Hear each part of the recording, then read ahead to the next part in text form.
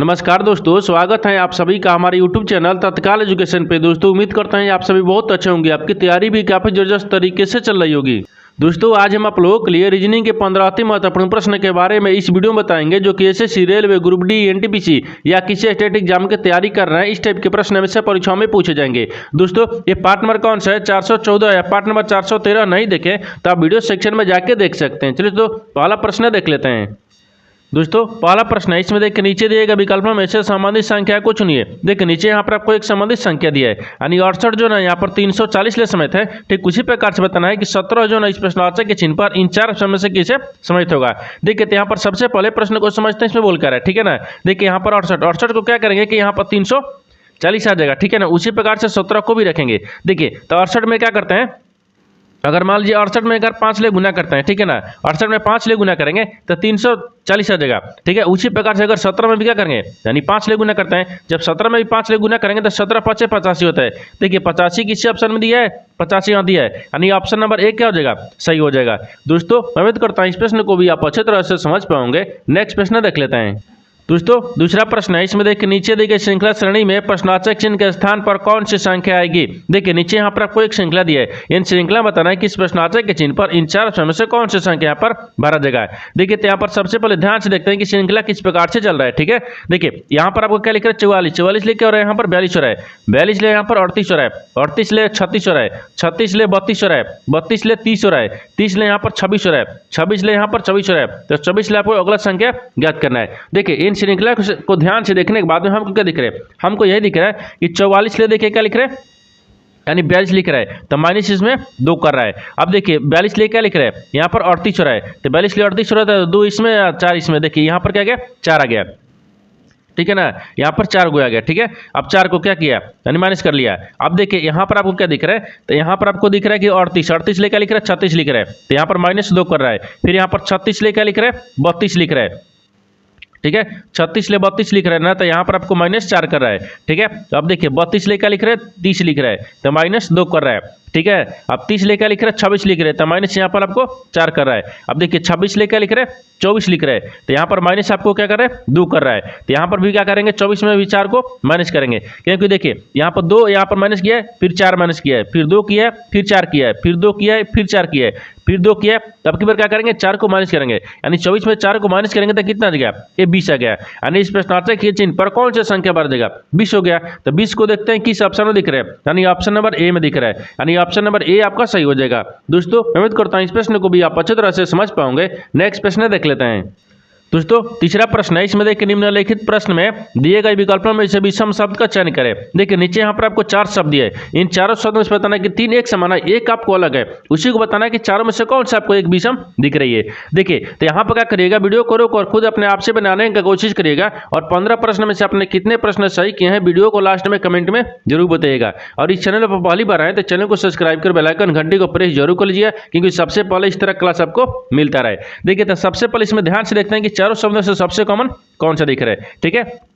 देखिए यहाँ पर लीटर दिख रहा है, ये सेंटीमीटर दिख रहा है, ये मील दिख रहा है, ये गज दिख रहा है। इन चारों शब्द को ध्यान से देखने के बाद में हमको क्या दिख रहा है, देखिए यहाँ पर आपको क्या दिख रहा है, सेंटीमीटर, ये क्या दिख रहा है, मील दिख रहा है, ये क्या दिख रहा है, गज दिख रहा है। इन तीनों देखिए यहाँ पर सेंटीमीटर, मील और यहाँ पर आपको गज दिख रहा है, इन तीनों क्या दिख रहा है, इन तीनों दूरी मापने की इकाई है। जैसे यहाँ पर लिख देते हैं, देखिए एक क्या दिख रहा है, दूरी, ठीक है ना, ये दूरी दिया है, दूरी मापने, ठीक है, दूरी मापने की, हाँ दूरी मापने की इकाई है, ठीक है ना, इकाई, ठीक है, इकाई है।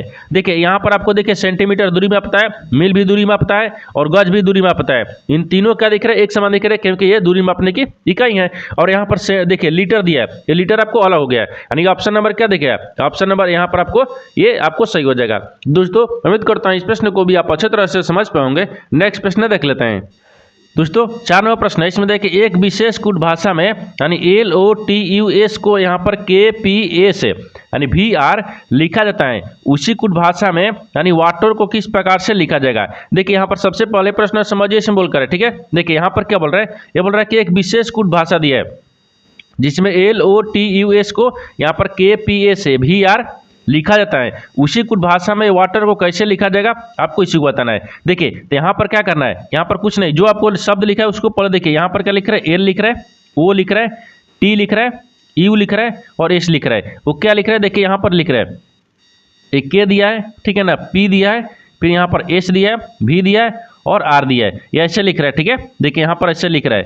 आगे देखिए फिर इसको बोल क्या रहा है कि वाटर को, यानी वाटर को क्या लिखा जाएगा, ठीक है ना। तो देखिए यहाँ पर WA, ठीक है, TE और R, इनको क्या लिखा जाएगा। तो यहाँ पर ध्यान से देखिए, यहाँ पर आपको क्या लिख रहा है, एल से क्या लिख रहा है, के लिख रहा है। तो एल से क्या लिख रहे हैं, तो -1 कर देंगे, के आ जाएगा। और ओ से क्या लिख रहे हैं, यानी पी लिख रहे हैं। तो ओ में क्या करते हैं, एक को जोड़ेंगे, ठीक है, एक को जोड़ देंगे तो पी आ गया। और टी से क्या लिख रहे हैं, एस लिख रहे हैं, तो टी में -1 कर देंगे, ठीक है। और यहाँ पर यू दिख रहा है, यू से क्या लिख रहे हैं, भी लिख रहे हैं। तो यू में यहाँ पर एक को जोड़ देंगे, भी आ जाएगा, ठीक है। अब उसी प्रकार से देखिए एस क्या लिख रहे हैं, आर लिख रहे हैं, तो एस में एक को माइनस करेंगे, आर आ गया, ठीक है। उसी प्रकार से यहाँ पर भी रखेंगे, वाटर में भी देखिए डब्ल्यू को क्या करते हैं, डब्ल्यू में -1 कर देंगे। जब डब्ल्यू में -1 करेंगे भी आ जाएगा। और ए में क्या करते हैं, एक को जोड़ते हैं तो यहाँ पर बी आ जाएगा। और टी में भी क्या करते हैं, एक को माइनस कर देंगे तो यहाँ पर आपको एस आ जाएगा। और ई में भी क्या करते हैं, एक को जोड़ देंगे, ई के बाद में एफ आता है, ठीक है, एफ आ गया।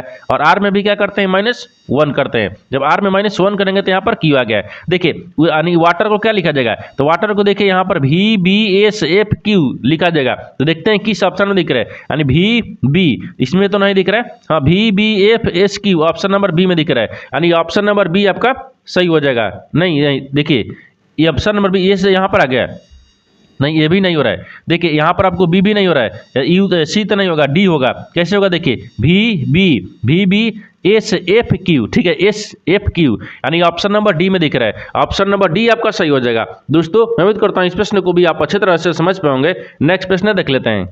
दोस्तों 5वां प्रश्न, इसमें देखिए नीचे दिए गए प्रश्न आकृति में लुप्त संख्या ज्ञात कीजिए। देखिए नीचे यहाँ पर आपको एक आकृति दी है, इन आकृति में बताना क्या है कि इस प्रश्नवाचक के चिन्ह पर इन 4 ऑप्शन में से कौन से संख्या पर भरा जाएगा।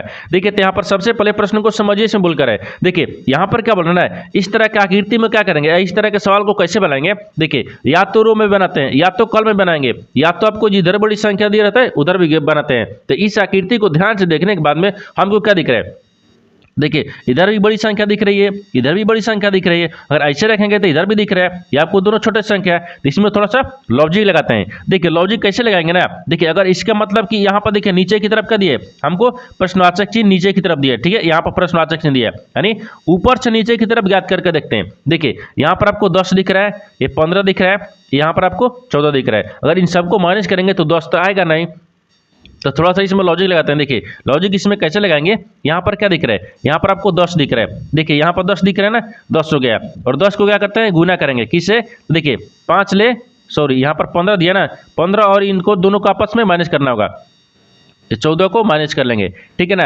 तो देखिए तो यहाँ पर कितना आ जाएगा, ये 10 आ गया। कैसे आ गया, देखिए 10 और 10 में यहाँ पर माइनस करेंगे, 15 में से 1 घटाएंगे तो 14 बचेगा, सॉरी यानी 14 घटाएंगे तो 1 बचेगा, 1 है। और यहाँ पर 10 ले गुना करेंगे तो 10 से आएगा। देखिए यहाँ पर आपको ई वाला 10 आ रहा है, ठीक है ना। उसी प्रकार से क्या करते हैं, अगर मान लीजिए देखिए 7 को रखते हैं, ये 7 को रखेंगे, देखिए 7 गुना, यहाँ पर क्या दिख रहा है, इन दोनों को क्या करेंगे, इन दोनों को माइनस करेंगे, ठीक है ना।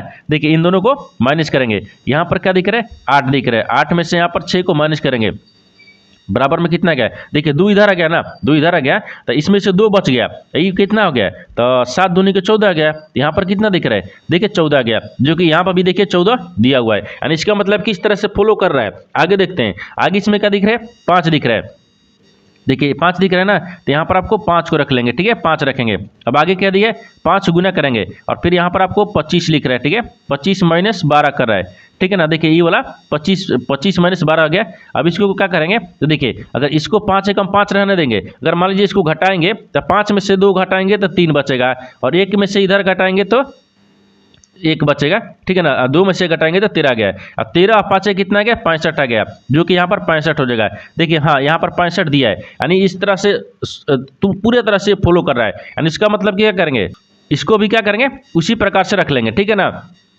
अब देखिए यहाँ पर आपको 4 दिख रहा है, ठीक है, 4 दिख रहे हैं, और 4 गुना करेंगे, यहाँ पर ये दोनों को क्या करेंगे, माइनस करेंगे। देखिए यहाँ पर 7 माइनस 3 करेंगे, ठीक है ना, तो बराबर में लिखेंगे। अब एकम 4, देखिए 4 एकम 4 हो गया, और 4 में क्या करते हैं, अगर 7 में से यहाँ पर 3 को घटा लेंगे तो कितना बचेगा, 4 बचेगा, यानी 4 का कितना आ गया, 16 आ गया। कितना आ गया, 16 आ गया। यानी इस प्रश्नार्थक चिन्ह पर कौन सा संख्या भरा जाएगा, 16 हो जाएगा। तो 16 को देखते हैं किस ऑप्शन में दिख रहा है, यानी ऑप्शन नंबर बी में दिख रहा है, यानी ऑप्शन नंबर बी आपका सही हो जाएगा। दोस्तों मैं उम्मीद करता हूँ इस प्रश्न को भी आप अच्छी तरह से समझ पाओगे। नेक्स्ट प्रश्न देख लेते हैं। दोस्तों 6 नंबर प्रश्न है, इसमें देखिए नीचे दिए गए क्रम में ऐसे कितने व्यंजन हैं जिनमें से यानी प्रत्येक के तुरंत बाद एक स्वर है। तुरंत देखिए, परंतु उनके पहले यानी कोई संख्या नहीं है। देखिए यहाँ पर सबसे पहले प्रश्न समझिए इसमें बोलकर है, ठीक है ना। देखिए यहाँ पर क्या बोल रहा है, ये बोल रहा है कि नीचे दिए गए क्रम में ऐसे कितने व्यंजन है, ठीक है। तो यहाँ पर आपको व्यंजन को पहले लिखते हैं, ठीक है ना। देखिए ये व्यंजन दिख रहे हैं ना, हाँ ये व्यंजन है, ठीक है, ये व्यंजन है। आपसे पूछा क्या है कि ऐसे कितने इस श्रृंखला में व्यंजन है, ठीक है, जिनमें से प्रत्येक के तुरंत बाद एक स्वर है। तुरंत बाद में क्या बोल रहा है, एक स्वर बोल रहा है, यहाँ पर एक स्वर लिखेंगे। आगे बोल रहा है कि परंतु उनके पहले कोई संख्या नहीं है। तो मान लीजिए यहाँ पर संख्या को रखेंगे, ठीक है ना, लेकिन कोई संख्या नहीं है। और इसके कहने का मतलब है कि इन श्रृंखला में बताना है कि आपको कैसे इन श्रृंखला में बताना है ऐसे कितने व्यंजन है, ठीक है, ऐसे कितने व्यंजन है जिनके पहले संख्या नहीं है लेकिन जिसके बाद में यहाँ पर स्वर है। तो देखते हैं इस श्रृंखला में, ठीक है ना, इस क्रम में आपको देखिए इन श्रृंखला में देखेंगे तो क्या दिख रहा है, इसमें आपको कहाँ दिख रहा है, देखिए इसमें दिख रहा है, ये व्यंजन दिख रहा है लेकिन अब तो नहीं दिख रहा है, ठीक है, ये भी व्यंजन दिख रहा है, ये भी नहीं दिख रहा है, यानी ये भी सब व्यंजन दिख रहा है, नहीं हो रहा है, ठीक है ना। यहाँ पर आपको देखिए कोई, हाँ देखिए यहाँ पर आपको क्या दिख रहा है, यहाँ पर आपको देखिए व्यंजन दिख रहा है, व्यंजन के पहले संख्या नहीं दिख रहा है, उसके बाद में यहाँ पर आपको स्वर दिख रहा है, देखिए एक दिख रहा है, यहाँ पर आपको एक आया, ठीक है ना, और इसमें ऐसा कहीं दिख रहा है, नहीं दिख रहा है, यानी एक हो जाएगा। यानी इस श्रृंखला में, यानी इन श्रृंखला में ऐसे एक व्यंजन है जिसके पहले संख्या नहीं है लेकिन जिसके बाद में स्वर है, यानी एक दिख रहा है। तो एक को देखते हैं किस ऑप्शन में दिख रहा है, यानी ऑप्शन नंबर यहाँ पर आपको ए में दिया है, यानी ऑप्शन नंबर ए आपका सही हो जाएगा। दोस्तों मैं उम्मीद करता हूँ इस प्रश्न को भी आप अच्छे तरह से समझ पाओगे। नेक्स्ट प्रश्न देख लेते हैं दोस्तों। 7 नंबर प्रश्न है, इसमें देखिए नीचे दिए गए विकल्पों में से संबंधित शब्द को चुनिए। देखिए नीचे यहाँ पर आपको एक संबंधित शब्द दिया है, यानी यहाँ पर क्या बोल रहा है, फ्रीजर जो है ना, फ्रीजर ठंडा से समित है, ठीक उसी प्रकार से यहाँ पर गीजर जो है ना, गीजर इस प्रश्नार्थक के चिन्ह पर इन चार ऑप्शन में से किसे समित होगा।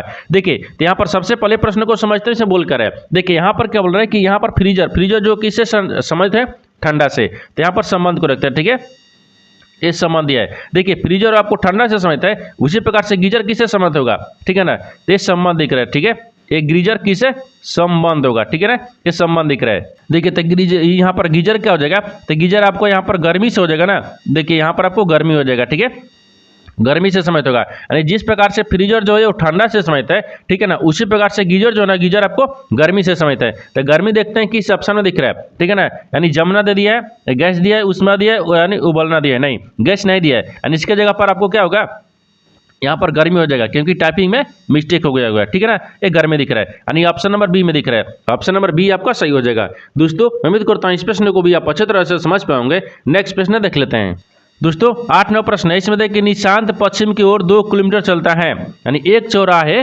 पर वह बाईं ओर मुड़ गया और एक किराने की दुकान पर पहुंचा।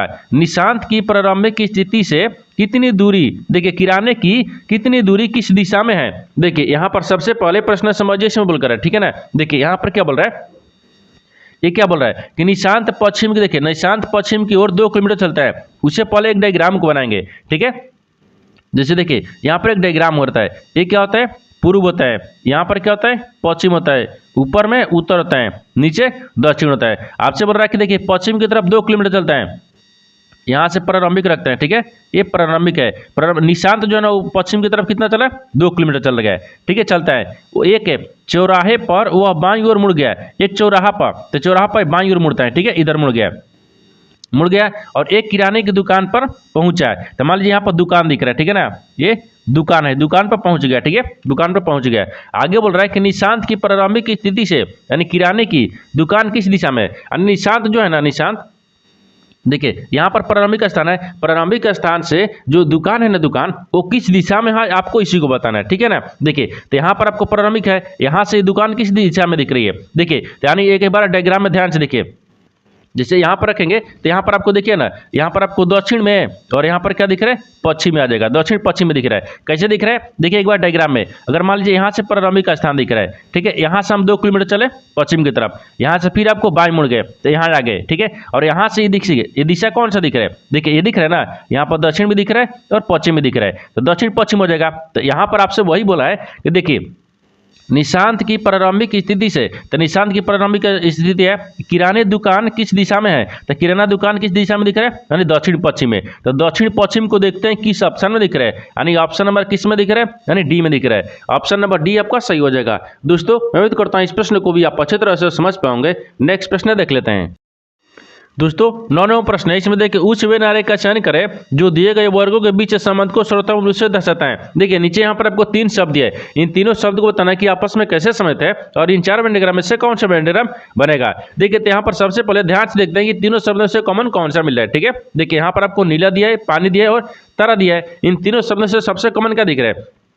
मान लीजिए यहाँ पर क्या रखते हैं, नीला रखते हैं। ठीक है, यानी कुछ नीला क्या पानी होती है? नहीं होती हैं, रंग मिलाएंगे तब ना होगा, ऐसे कैसे होगा। ठीक है, तो यहाँ पर इस तरह भी डायग्राम भी नहीं बना रहा है। ठीक है, और तारा भी क्या नीला से तारा समेत है? नहीं है, यानी आपस में तीनों किसी प्रकार से समेत नहीं दिख रहा है। क्योंकि देखिए नीला आपको पानी से समेत नहीं है, पानी क्या तारा से नहीं है, तारा क्या नीला से नहीं है, और तारा क्या पानी से नहीं है, यानी तीनों किसी प्रकार से समेत नहीं दिख रही है। यानी तीनों का इवेंट डायग्राम क्या बनेगा?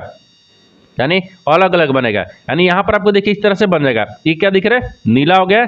यहाँ पर क्या दिख रहा है? ये पीला दिख रहा है, नहीं सॉरी, यहाँ पर आपको क्या दिख रहा है? नीला हो गया। ठीक है ना, नीला हो गया, फिर पानी दिख रहा है। ठीक है ना, ये पानी दिख रहा है, फिर यहाँ पर तारा दिख रहा है, तारा हो जाएगा। यानी तीनों का वेन डायग्राम अलग अलग बनेगा। यानी इस तरह का वेन डायग्राम देखते हैं किस ऑप्शन में दिख रहा है। यानी ऑप्शन नंबर यहाँ पर आपको डी में दिख रहा है, सॉरी बी में दिख रहा है। यानी ऑप्शन नंबर बी आपका सही हो जाएगा। दोस्तों मैं उम्मीद करता हूँ इस प्रश्न को भी आप अच्छे तरह से समझ पाओगे। नेक्स्ट प्रश्न देख लेते हैं।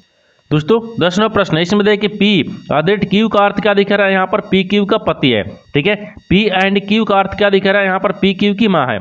फिर पी हच यानी क्यू का अर्थ है, यहाँ पर पी क्यू का पिता है। यानी पी गुने क्यू का अर्थ है, यहाँ पर पी क्यू की बहन है। तो देखिए यहाँ पर आपको एक सवाल दिया है। ठीक है ना, इन सवाल को आपको बनाना है। देखिए यहाँ पर आपको एक अर्थ लिखा है। ठीक है, ये क्या दिख रहा है? ये ब्लड रिलेशन से आपको समेत प्रश्न दिया है। ठीक है ना, इस तरह के सवाल ही आपको पूछ रहा है। 2025 में भी पूछा रहा है, 2024 में भी पूछा था। ठीक है ना, देखिए इसको बनाने के लिए सबसे आसान भाषा में क्या होता है? यहाँ पर आपको देखिए ये आपको अर्थ लिखा है। ठीक है, अर्थ के बारे में समझिए और यहाँ पर आपको सवाल पूछ रहा है। देखिए यदि ए हच बी, ठीक है ना, अदृट सी एंड डी गुने ई, तो यहाँ पर डी का ए से किस प्रकार से समेत है? अब डी को ए से बताना है कैसे समेत है। देखिए तो यहाँ पर आपको क्या देखेंगे, सबसे पहले यहाँ पर ध्यान से देखिए, यहाँ पर आपको देखिए क्या लिख रहा है? ई लिख रहा है, सॉरी ई लिख रहा है। ई से क्या हो रहा है? डी हो रहा है। डी से क्या हो रहा है? सी हो रहा है। सी से क्या हो रहा है? बी हो रहा है। बी से क्या हो रहा है? ए हो रहा है। यानी इसको क्या करेंगे? ऐसे चलेंगे। ठीक है ना, ऐसे चलेंगे। ठीक है, यानी दाहिने से इधर चलेंगे ऐसे। देखिए कैसे चलेंगे, एक बार डायग्राम को बनाते हैं। यहाँ पर क्या बोल रहा है?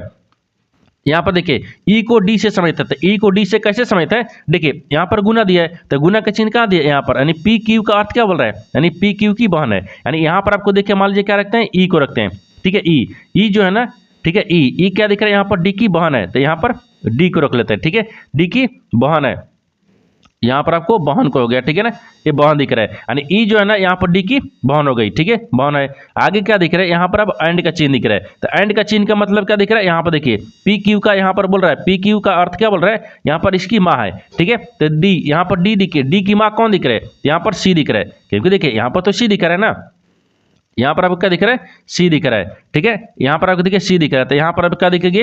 ये माँ हो गई। ठीक है ना, ये माँ दिख रहा है। आगे बोल रहा है, आगे यहाँ पर क्या दिख रहा है? फिर यहाँ पर देखिए आदरेट का चिन्ह दिया है, तो आदरेट यहाँ पर दिया है। यानी पी क्यू, देखिए पी एंड क्यू का आदरेट का दिया है, यानी पी क्यू की पति है। यानी इसका मतलब कि सी का पति कौन हो गया?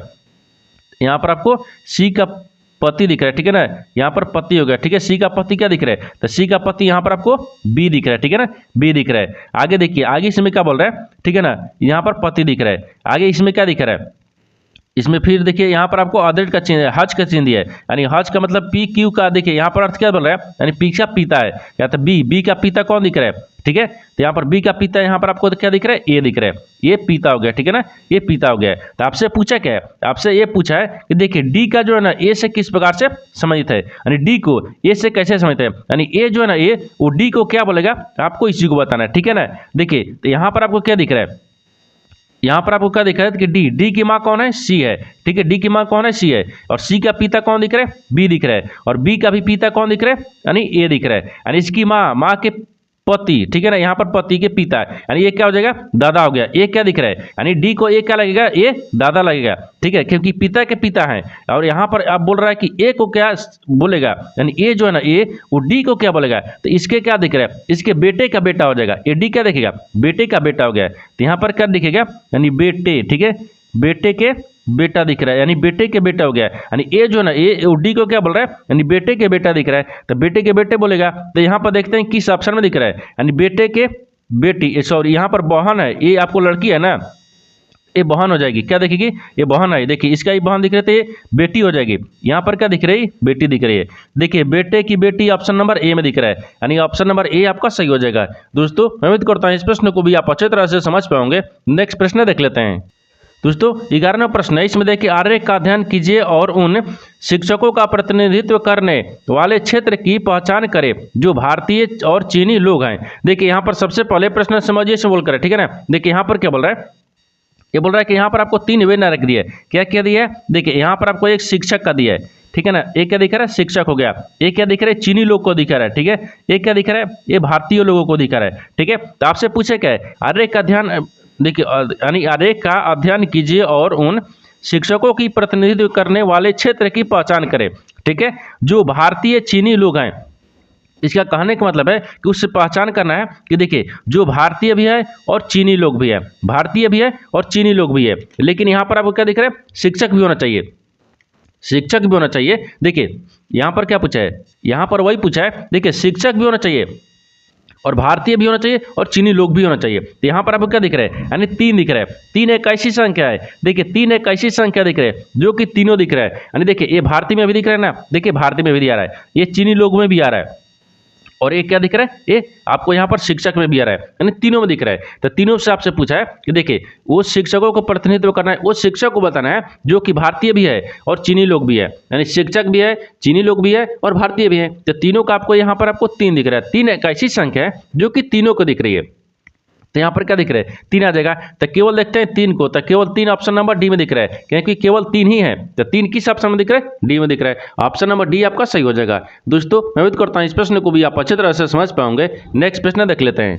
दोस्तों 12वां प्रश्न है, इसमें देखिए कथनों को पढ़े और दिए गए विकल्पों में से निष्कर्ष को चुने। देखिए नीचे यहाँ पर आपको एक कथन दिया है, निष्कर्ष दिया है। कथन के आधार पर डायग्राम को बनाते हैं, निष्कर्ष के आधार पर प्रश्न को सोल्व करते हैं। देखिए तो यहाँ पर सबसे पहले ध्यान से देखते हैं कथन बोलकर है, ठीक है ना। देखिए कथन क्या बोल रहा है कि सभी गुड़िया उपहार है। सभी जो यहाँ पर गुड़िया है ना, ये गुड़िया को रखते हैं, सभी गुड़िया क्या दिख रहा है, उपहार दिख रहा है। तो यहाँ पर उपहार को रखते हैं, ठीक है ना, ये उपहार दिख रहा है। आगे देखिए आगे बोल रहा है कि सभी उपहार खिलौने हैं, लेकिन सभी जो उपहार है ना वो खिलौना है, ठीक है। तो यहाँ पर आपको खिलौने में रखते हैं, ठीक है ना, एक खिलौने दिख रहे हैं। ये तो कथन बोल रहा था, कथन के आधार पर डायग्राम को बना दिए, लेकिन निष्कर्ष क्या बोल रहा है, इसके आधार पर ही प्रश्न को सोल्व करेंगे। देखिए यहाँ पर निष्कर्ष क्या बोल रहा है, पहला में देखिए कि सभी उपहार खिलौने हैं। जो सभी उपहार है ना, देखिए ये सब उपहार दिख रहे हैं ना, ये उपहार दिख रहा है, ये सभी उपहार क्या दिख रहा है, एक खिलौने के अंदर में है। ये सही बोल रहा है, ठीक है ना। ये क्या बोल रहा है, सही बोल रहा है, ये आपको सही बोल रहा है, क्योंकि सभी उपहार जो है खिलौने के अंदर में है। आगे देखिए आगे बोल रहा है कि कुछ खिलौने उपहार हैं। हाँ, सभी जो खिलौने के अंदर में क्या दिख रहे हैं, उपहार दिख रहे हैं, यानी सभी के अंदर ही कुछ आएगा ना।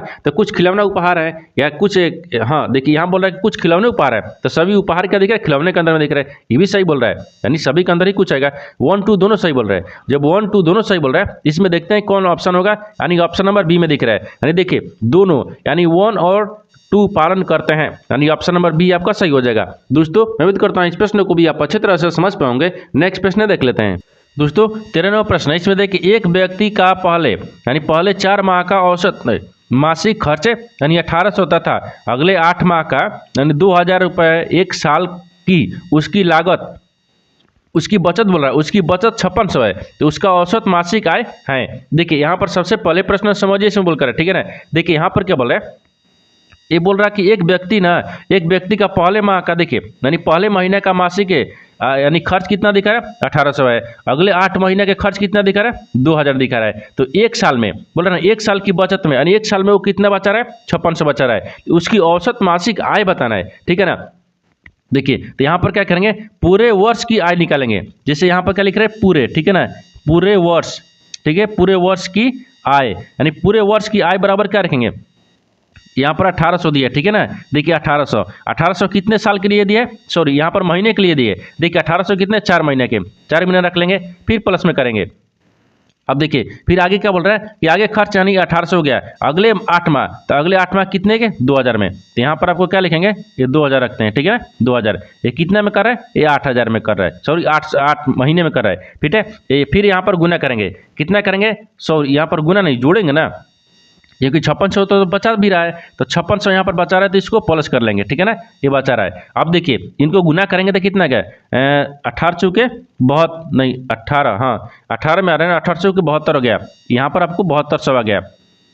फिर प्लस 8 दूनी के 16, यहाँ पर आपको 16,000 आ गया, ये 16,000 आ गया, ये आपको इतना दिख रहा है, ठीक है ना, यहाँ आ गया। फिर यहाँ पर आपको 5600 आ गया, ठीक है, ये 5600 दिख रहा है। अब इन सबको जोड़ेंगे, जोड़ने के बाद में कितना आ गया, ये 28,800 आ गया, ठीक है, 28,800 आ गया ये जोड़ने पर, ठीक है ना। तो आपसे पूछा क्या है, आपसे पूछा है औसत मासिक है।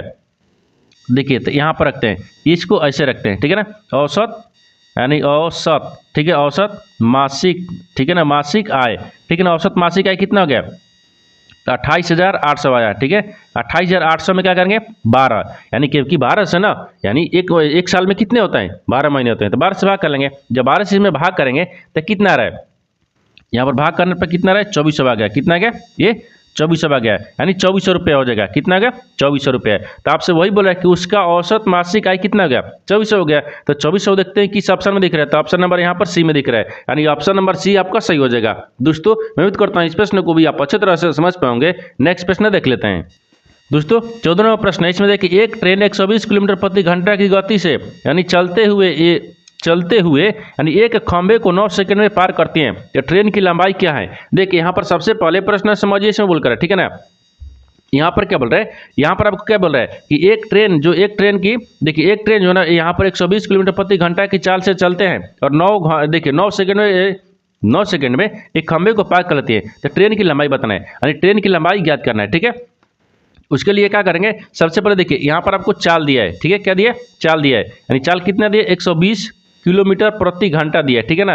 और यहाँ पर समय कितना दिया है, देखिए समय भी आपको कितना दिया है, यानी 9 सेकंड दिए, ठीक है 9 सेकंड। देखिए यहाँ पर चाल भी दिया है, समय भी दिया है, तो आपको बताना क्या है दूरी बराबर। जैसे यहाँ पर देखिए समझिए ये दूरी हो गया, ठीक है, दूरी बराबर क्या होता है चाल गुणा समय, तो चाल दिया है फिर गुना क्या दिख रहा है समय दिख रहा है, ठीक है समय। देखिए तो चाल कितना दिए, तो चाल यहाँ पर आपको 120 दिया है, क्योंकि आपसे क्या पूछा है लंबाई पूछा है, तो दूरी निकालेंगे तभी तो लंबाई आ गया, यहाँ पर 120 आ गया, ठीक है ना 120 आ गया, लेकिन 120 किलोमीटर प्रति घंटा में दिया है। देखिए आंसर हमको मीटर में दिया है, यानी इसका मतलब क्या करेंगे, इसको चेंज करेंगे। देखिए यहाँ पर आपको जब यानी 120 किलोमीटर प्रति घंटा में दिया है, इसको चेंज करने के लिए क्या करेंगे ना, यानी 5/18 में चेंज कर देंगे, ठीक है 5/18 में चेंज करेंगे, यानी तब आपको मीटर प्रति सेकंड में आ जाएगा। अब देखिए अब फिर इसको क्या करेंगे, समय कितना दिए 9 दिया है, अब इसको कर दे 9 दूनी का 18 और यहाँ पर 120 है, यानी 60 मतलब में कट गया, ठीक है ये भी काट दिए, तो कितना बच गया, देखिए यहाँ पर आपको 60 बच गया, फिर 5 बच गया, 6 5 30, यानी कितना आ गया